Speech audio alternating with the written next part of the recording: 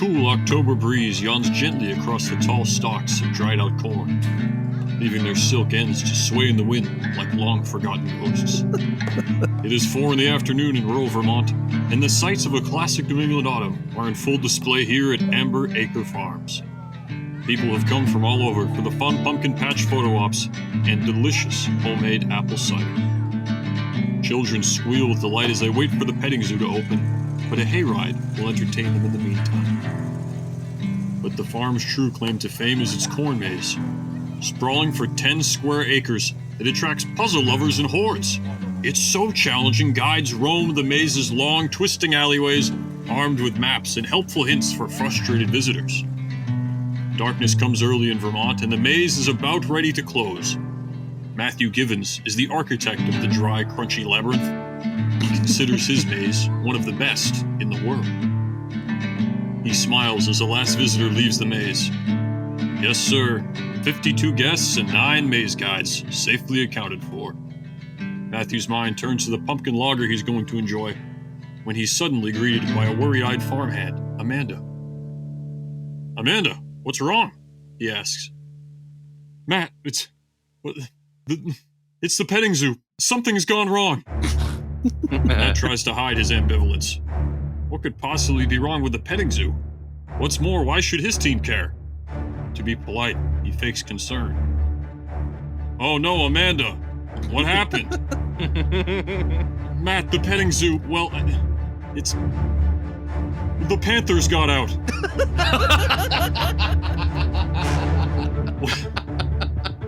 What? All 5? That's impossible! You stacked those hay bales so high! Matt, listen to me. Listen to me. They escaped and ran right into the corn maze. Please tell me you got everyone out for the day. Oh, no. Thank goodness. The last visitor just left. Everyone is fine. Matthew heaves a sigh of relief, knowing disaster has been avoided. Matt, are you sure? All 52 guests and 10 guides? Of course, Matthew protests. All 52 guests and 10... His heart skips a beat. He forgot about the new guy. Deep inside the heart of the corn maze stands a lone, muscular figure. The warm glow of the late-day sun casts a shadow off his bulging deltoids that looks like a pile of pumpkins upon the worn, dusty path. He is wearing Uggs and a sticker that says, "Ask me for directions." It sticks firmly to his bare chest. In his right hand, he holds a Roman net and trident. In his left, a pumpkin spice latte. A 9mm is tucked into the waistband of his red UFC trunks. Brock Lesnar takes a long, slow whiff of the cool fall air. Someone in the distance is having a bonfire. Suddenly, he sees the eyes of a panther peering through the stalks. It springs forward. Finishing his latte, Brock meets its steely gaze. He crushes the paper cup and whispers, "Fall back."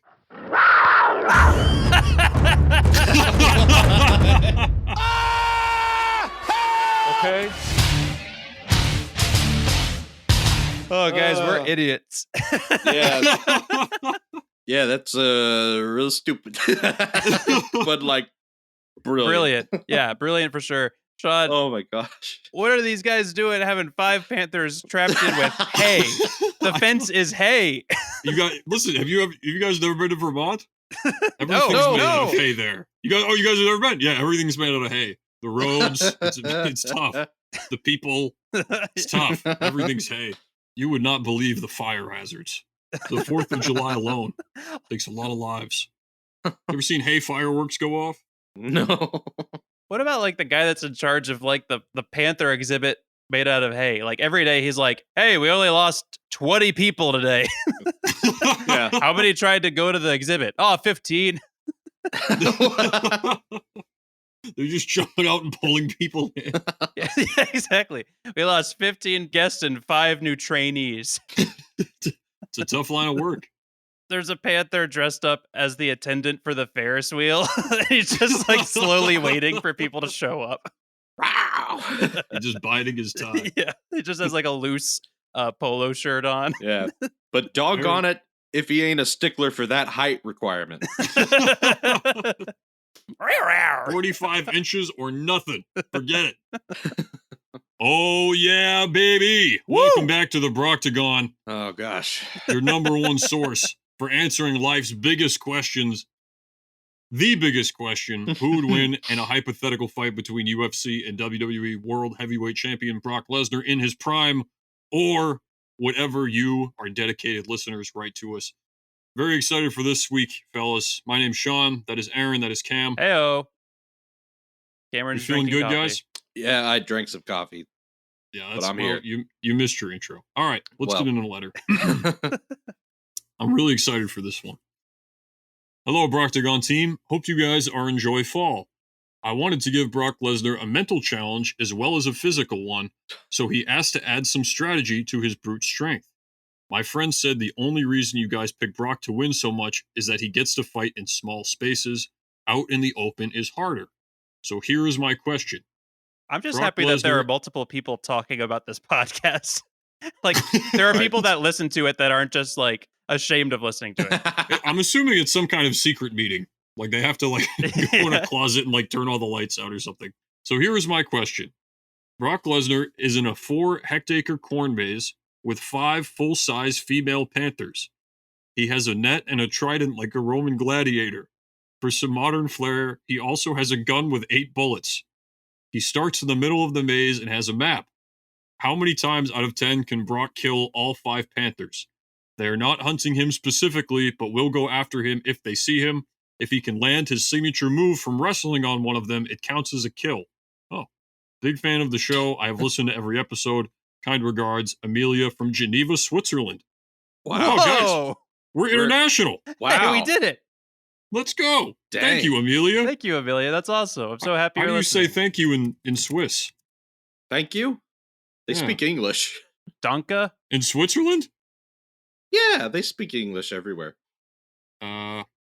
Additionally, they use both Danke and Merci. Hey, I was right. I said Danke. Huh.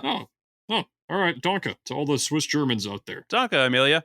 Merci. This is a good one, Sean. It's a great question because it's very much, I don't know, I feel like the Panthers are very, very in their element in terms of hunting in a corn maze, Yeah. but it's also different in that a corn maze is really, really loud. Oh. So like they're going to have, even something sneaky like a Panther is going to have a hard time sneaking up on Brock. I mean, Right. everything's dry and crunchy. It's fall. In my mind, panthers hunt by smelling fear. So that's actually a detriment to them this time that they're never going to be they're able never to gonna find catch 'em. Brock. Yeah. Hey, do you guys smell like overwhelming confidence? Let's avoid that guy. I only smell fear, and I only smell 4 other panthers right now. Oh, man. Are these panthers just, are they grouped together or are they just like, they're scattered around the maze? We'll say they're scattered around the maze Okay. randomly. All They right. don't, yeah, they don't know to hunt in a pack. They don't know to work together, Okay. and they won't go after each other. That's big because if it's 5 against 1, like, game over. So doing a little Googling, a female panther full size is 140 pounds. So that's Wow. really big. Yeah, so each But- one is like a worthy adversary. Each one's a worthy adversary, but not, these aren't tigers. You know what I mean? Like, Yeah. they're not buffalo. Like, Brock fights other humans that are like 260. Like, their teeth, man. Their teeth. And they go for the neck, I They believe. go for the neck. Yeah, if there's one thing Red Dead Redemption has taught me, it's Oh, if a yeah. panther comes at you, you better not miss. Yeah. I mean, he's in a farm in Vermont in the middle of October. I want to get at that. Like, what weird event planner is like, hey guys, fall's coming up. You know what I got? It's the perfect thing for fall in Vermont. 5 panthers. We got to add some pizzazz. You guys didn't know that's a Vermont thing. They do that every year. Started back in 17 18 when old Jeremiah Lawrence came back from the old world with 5 panthers. He hated everyone. And they hated him. So thus the panthers. He unleashed them on the town. It was a rough couple months. For a few months, there was a panther sheriff. Please, we'll elect you. Whatever you want. Whatever you want. Was not until the laser pointer was invented could they rid the town of that scourge. They just pointed it in the ocean and he drowned himself. You know, I know he's a panther, but dang it, ever since Sheriff Whiskers has been in charge, the streets have never been as clean. He just slowly starts winking his way through like municipal politics. I was a little skeptical of having a panther as chairman of the library board, but let me tell you, the selection has been strong. Yeah. Governor Whiskers, do you vote for independence? Would the honorable gentleman from Vermont please cast his vote? Just imagine the Declaration of Independence. Signature, paw print. There's just a bite mark in it. He gives a speech, and it's like, rah, rah, rah, gubernatorial. Rah, rah, rah. I can get behind that. I don't know if I trust his running mate. He's a Whig. It's just like some other starchy old guy, like politely sitting behind him, nodding in agreement. Yeah, Mayor Whiskers fought in the Revolutionary War, but it flashes to him like he's also holding a musket. He's not doing panther things. He's just like he's like shooting and reloading, marching in formation.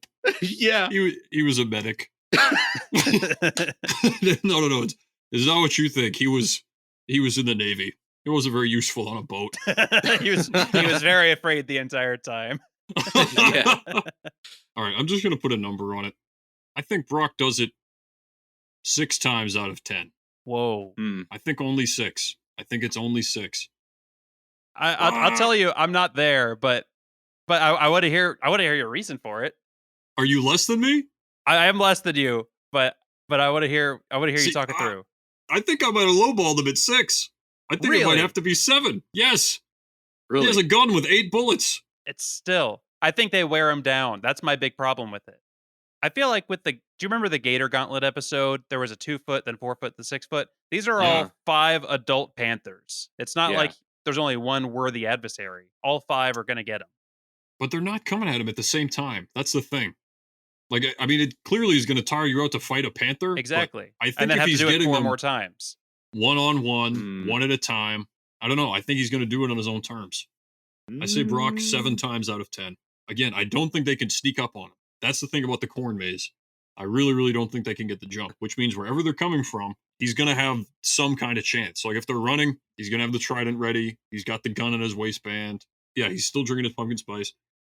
I think big cats have to sneak up and then unleash their power, and I think the sneak factor is gone in a corn maze. That's what I'm trying to say.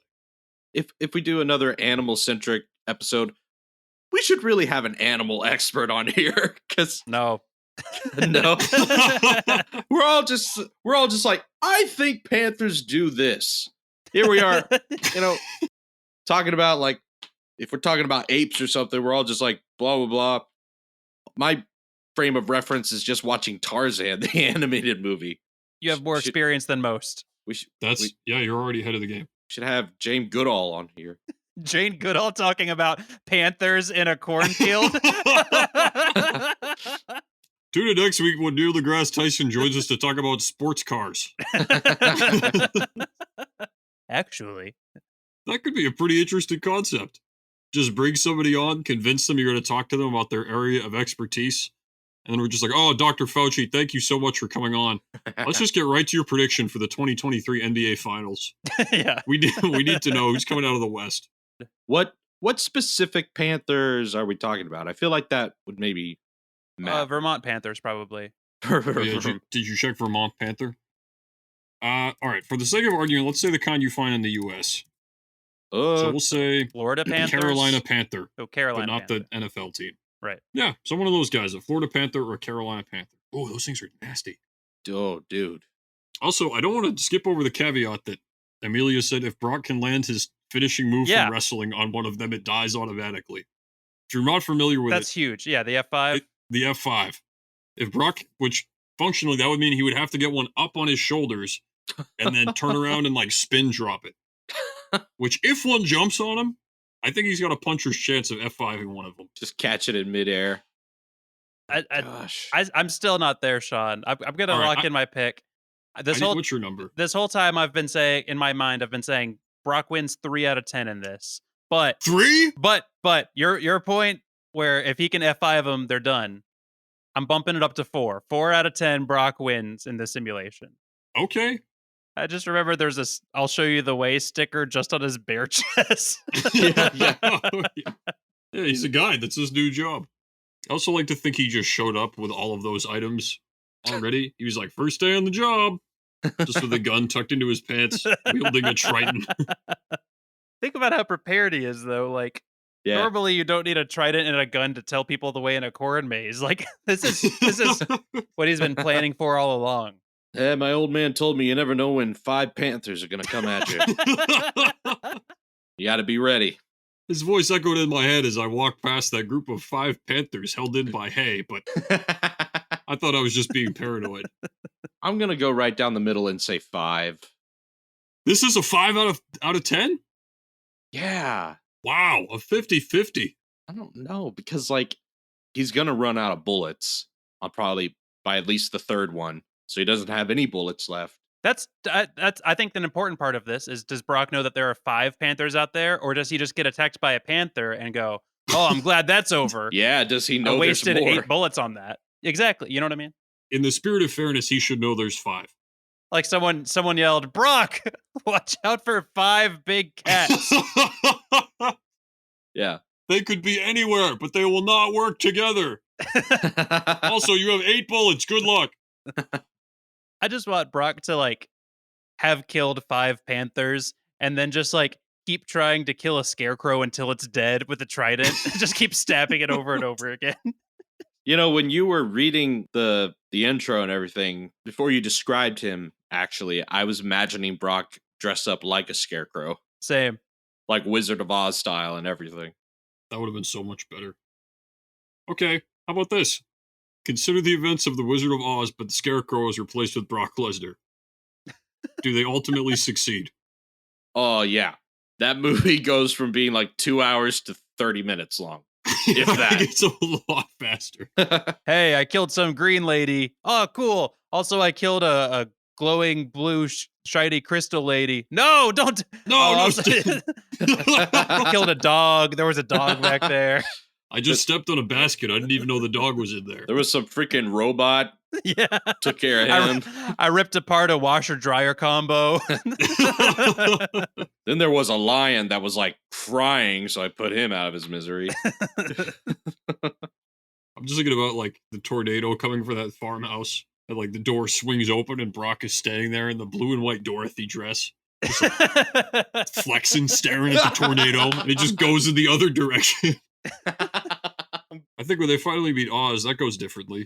When Brock sees like the giant head with like flames shooting out of it, he's like, finally a worthy adversary. Yeah. It's about time I found the guy who was in charge. When they're at the gate to the Emerald City, like there's no like riddle or anything. It's just like he just opens the gate. By the time he's done, they're the Protein Shake Guild instead. All the Munchkins are just like benching stuff. It goes from we represent to like we represent. He's got a Ruby Championship belt on. Can I side quest us real quick? Oh yeah. In consideration of what to make this Brocktober, I was trying to think of great classic horror characters. Did I tell you I read the OG Invisible Man? Oh, no. Yeah, you did. That's a great read. It's also mostly about nothing.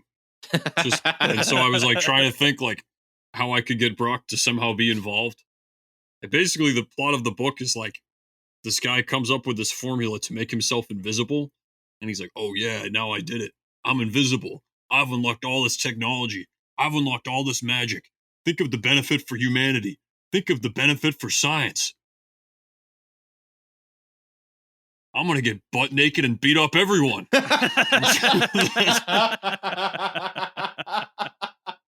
Doesn't the formula make him crazy?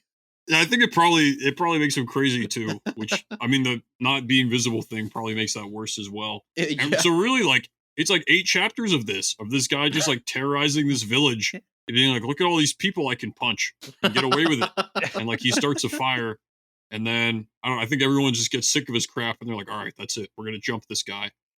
And they wait for it to snow, and they see his footprints, and they're like, "All right, we're killing this dude." And then they do, and then everyone's like, "Oh, that sucked." And then that's the end of the book. I'm sure at the time it was like a psychological thriller, but reading it now, it just didn't land. Can you imagine like the psychological terror if one day like the government just announced like, "Hey, just so you know, we were doing an experiment. Brock Lesnar is now invisible and we don't know where he is. Everyone remain calm. Oh, Don't open your doors lest he get in." where was he last seen? The people in that area are then on high alert, but everywhere is like, There's a non-zero chance he's in the room with you at any time. Oh, yeah. it's terrifying. Every time a book falls off a shelf, everyone around is just going to start punching the air violently around them, just in case. Think of how good of a psyop that would be, though. Like if you had beef with another country and you were like, "Hey, listen, Oh man, we just want to put a pause on this war to warn you guys." There's a loose invisible Lesnar Brock. got out. You know that Invisible Brock would show up to like WWE events, right? like they would still go on a schedule. Roman Reigns would just be like floating off of the mat. You know, I'm not just trying to bring it full circle, but do we agree that Invisible Brock beats 5 Panthers 10 out of 10 times? Oh, no, yeah. no weapons, just the advantage of being invisible. Oh, invisible? Yeah. Yes. Oh yeah, 100%. 10 out of 10. Yeah. I'm trying to think if there's a creature in God's earth that Invisible Brock wouldn't 10 out of 10. Like Godzilla. But it 8 would be out of like 10. 8 out of 10. Yeah. like Godzilla comes out of the water and he sees a TV that says like Invisible Brock Lesnar wanted, and he just like goes back into the water slowly. My bad. Yeah. You guys deal with one of us at a time, and then we'll sort it out later. I'm just imagining like Invisible Brock taking on a moose. That seems about right. Yeah. Yeah. Or what about a bear? Oh, he's got a bear. Really? Yeah. Invisible Brock kills a polar bear. The polar bear sees like footprints in the snow walking towards it, and they're like, "Polar Jesus?" Brock says, "It was then that I carried you." Into eternity. I wonder what that smells like. They're just like, strong confidence. Is that one of you guys? Did someone here beat the Undertaker's undefeated streak at WrestleMania? At least if he's fighting the polar bear, the rest of the earth is going to be like, "Oh, he's in Antarctica. We're good for a little bit, guys. Everyone Yeah. go back to normal society for like a week." They're just like leaving all the Jimmy Johns unlocked and open as a peace offering. That does it for this episode of the Brocktober. Join us next week. We are joined by the one and only NBA legend, Meta World Peace. He's here promoting his new book, How to Win Friends and Influence People. Seriously, no, how do you do it? We'll see you next time.